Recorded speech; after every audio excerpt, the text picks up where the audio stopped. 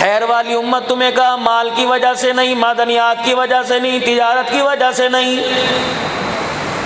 الہ العالمین نے تمہیں اعزاز دیا جس اعزاز پر پروردگار عالم نے تمہیں اپنا سلام بھی کہا ہے۔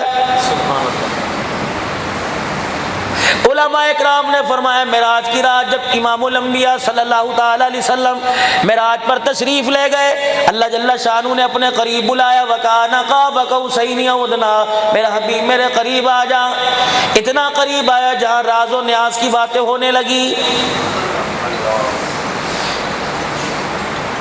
نائب امیر عالمی مجلس تحفظ ختم نبوت پیر ناصر الدین خاقوانی کی میں نے زبان سے سنا، فرمایا پروردگار عالم نے پروردگار عالم نے اپنے حبیب کو اپنے قریب کیا اور فرمایا میرا حبیب تو آج میرے سے ملاقات کرنے آیا، بتا میں تو آج تجھے کیا تحفہ دوں، یا اللہ کیا تحفہ دے گا، ساری نعمتوں تو نے مجھے عطا فرما دی۔ فرمایا میرا حبیب اگر تو ناراض نہ ہو، اگر تجھے ناگواری نہ گزرے تو میں ختم نبوت کا تاج تیرے سر پر نہ آج رکھ دوں، وہاں زمین پر نہیں۔ اگر آپ ناراض نہ ہو، اگر آپ کو پسند ہو تو میں آپ کے سر پہ ختم نبوت کا تاج نہ رکھ دوں، الہ العالمین تیری مرضی ہے۔ فرمایا میرا حبیبہ دنیا کے اندر جا کر سب سے پہلے اعلان اظہار تو کرے گا، عرش عظیم سے اعلان میں کروں گا، اظہار تو نے کرنا ہے میں سارے رسولوں کا سردار ہوں۔ اس کی سرداری کی سب سے بڑی دلیل ہے کہ اللہ اکبر، بیت المقدس میں مجھے آگے کھڑا کر دیا، سارے پیغمبروں کو پیچھے کھڑا کر دیا۔ میاں تو اپنے پاس سے کہہ رہا ہے یہ بھی اللہ کی طرف سے ہے۔ فرمایا حبیبہ پھر آپ خاموش ہو کے کھڑے ہو جانا، میں عرش والا اعلان کروں گا، ما کان محمد ابا احد من رجالکم ولکن رسول اللہ وخاتم النبیین۔ میرا نبی ذرا اپنے سر کی طرف اشارہ کر دینا، ختم نبوت کی پگڑی کا عرش والا اعلان فرما دے گا۔ سبحان اللہ، سبحان اللہ، ماشاء اللہ۔ میرا حبیب اگلا اعلان سن لیجئے، یا اللہ اگلا اعلان کیا ہے؟ فرمایا میرا حبیب جا اپنی امت میں جب جا کر اعلان کرو گے، جو سر تسلیم خم کر کے تیرے اس اعلان کو قبول کرے گا، تیری ختم نبوت والی پگڑی کو تسلیم کرے گا، اسے جا کے بتا دینا، پٹھان ہو، عوان ہو، قادری ہو، نقشبندی ہو، چشتی ہو، اویسی ہو، کوئی بھی ہو، جو ختم نبوت کا اقرار کرے گا اسے پروردگار عالم عرشوں سے سلام کرے گا۔ سبحان اللہ۔ یہ اعزاز اس امت کو ملا، اسے اللہ نے سلام کیا۔ سبحان اللہ۔ یہ اعزاز اس امت کو ملا، 18,000 پیغمبروں کے باپ جناب ابراہیم علیہ السلام نے اسے سلام کیا ہے۔ سبحان اللہ۔ او یا ابن الصالح، جب آپ اپنی قوم میں جانا کہنا تم بڑے مقدروں والے ہو، اس بابے سے آج میں بیت معمور میں، اس ابا جان سے آج میں 7ویں آسمان پر ملاقات کر کے آیا، جس نے جھولی پھیلا پھیلا کے مانگا، رو رو کے مانگا۔ تمہیں پتہ ہے میں کتنی بڑی مراد ہوں، میں کتنی بڑی نعمت ہوں، مجھے ہاتھ اٹھانے کے لیے، مجھے جھولی پھیلانے کے لیے، مجھے مانگنے کے لیے ابراہیم علیہ السلام کو ہاتھ اٹھانے پڑے، آمین کہنے کے لیے اسماعیل ذبیح اللہ کو آمین کے لیے ہاتھ اٹھانے پڑے، اماں ہاجرہ کو رونا پڑا، ماں اشارہ کو رونا پڑا۔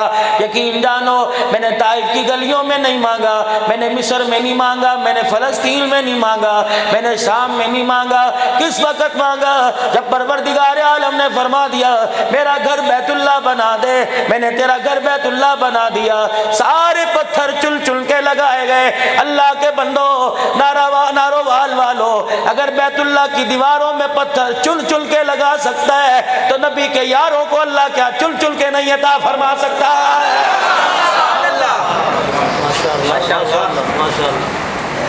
ایک بھی پتھر ابراہیم علیہ السلام کی مرضی کا نہیں لگا، ایک بھی پتھر اسماعیل علیہ السلام کی مرضی کا نہیں لگا۔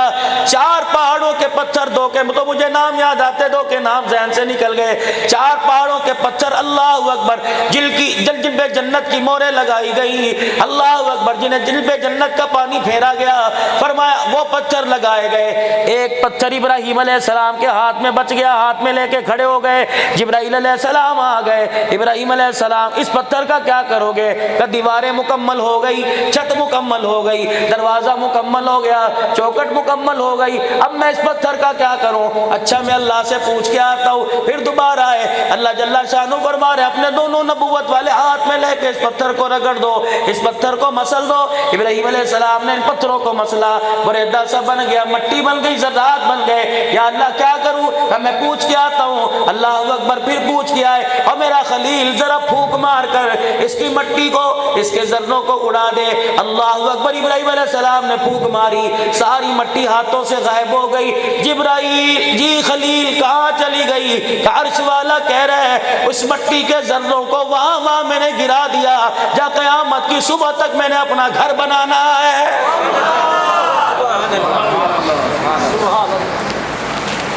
ساتھ بھی مکان ہے، پیچھے بھی مکان ہے، آگے بھی مکان ہے، باہر مین روڈ ہے، یہاں بھی مکان بننا چاہیے تھا، لیکن اس وقت 4000 سال پہلے اس مٹی، اس پتھر کی مٹی بنی، ایک ذرہ یہاں گرا، خدا پاک کی قسم ہے کھوکر صاحب کی کیا مجال تھی یہ گھر دیتا، اللہ نے یہ جگہ کھوکر صاحب کے حصے میں ڈال دی۔ فرمایا دینے والا عبد الحمید ہوگا، دینے والا عبد ہوگا، اللہ اکبر، پھیلانے والا جس کے جھولی ہوگی اس کا نام عبد ہوگا، حمید میرا نام ہوگا۔ فرمایا دینے والا ہوگا، فرمایا روئے زمین کے اوپر میں اپنا گھر بنا دوں گا، دنیا والوں کو بتلا دوں گا ای سعادت بزور بازو نیس، یہ ہاتھوں کا کمال نہیں ہوتا، یہ پیسے کا کمال نہیں ہوتا، قل بفضل اللہ وبرحمتہ وبذالک فلیفرحوا، یہ تو اللہ کا فضل ہوتا ہے جس سے اللہ چاہے یختص برحمتہ من یشاء، یہ تو اللہ کی رحمت ہے، اللہ جس کے حصے میں چاہے ڈال دیتا ہے، کوئی پلازے بنا لیتا ہے، کوئی شادی حال بنا لیتا ہے، کوئی ٹرسٹ بنا لیتا ہے، کوئی گھر کے آگے باغیچہ بنا لیتا ہے، جس کے مال کو اللہ قبول کرے اس کے مال سے اللہ اپنا گھر بنوا لیتا ہے۔ ماشاءاللہ، سبحان اللہ، سبحان اللہ۔ اپنی اہمیت کا بھی اندازہ لگاؤ، جو نبی اللہ نے آپ کو مجھے دیا اس کی اہمیت کا اندازہ لگائیے۔ کیا کیا اللہ پاک نے حضور علیہ السلام کو شانوں سے نہیں نوازا، کتنی عظمتوں کا امام الانبیاء علیہ السلام کو اللہ جل شانہ نے کتنی عظمتوں کا مالک بنایا۔ یا ایھا النبی انا ارسلناک شاہدا،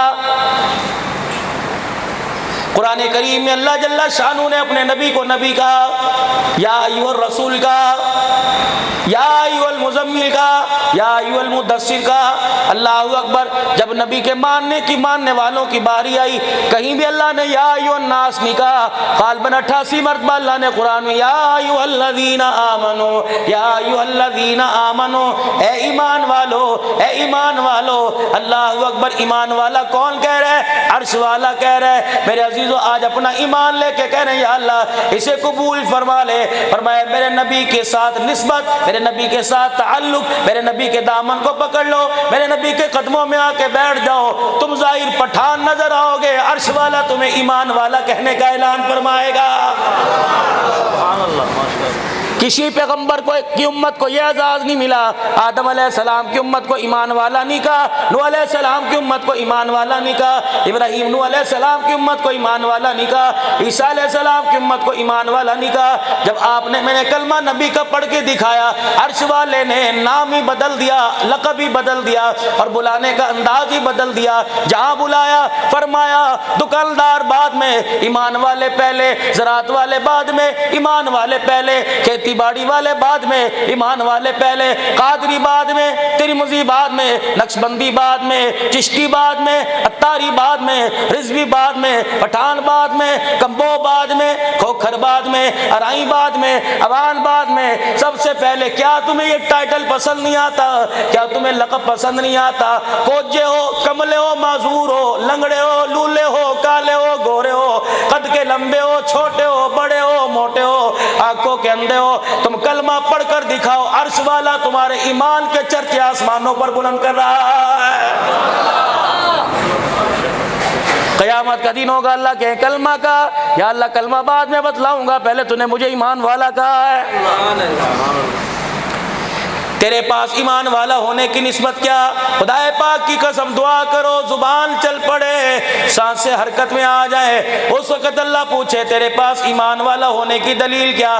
آنکھیں بند کر کر اللہ اکبر یا آنکھیں کھلی ہوں، حوض کوثر پر امام الانبیاء کھڑے ہو، ادھر نظر پڑے، اللہ پوچھے بتا تیرے پاس ایمان کی علامت کیا ہے؟ میری زبان سے فوراً نکل آئے محمد الرسول اللہ۔ وَكَذَلِكَ جَعَلْنَاكُمْ أُمَّةً وَسَطًا لِتَكُونُوا شُهَدَاءَ، یہ امت ساری امتوں کی گواہ، وَيَكُونَ الرَّسُولُ عَلَيْكُمْ شَهِيدًا، ہمارے گواہ ہمارے نبی۔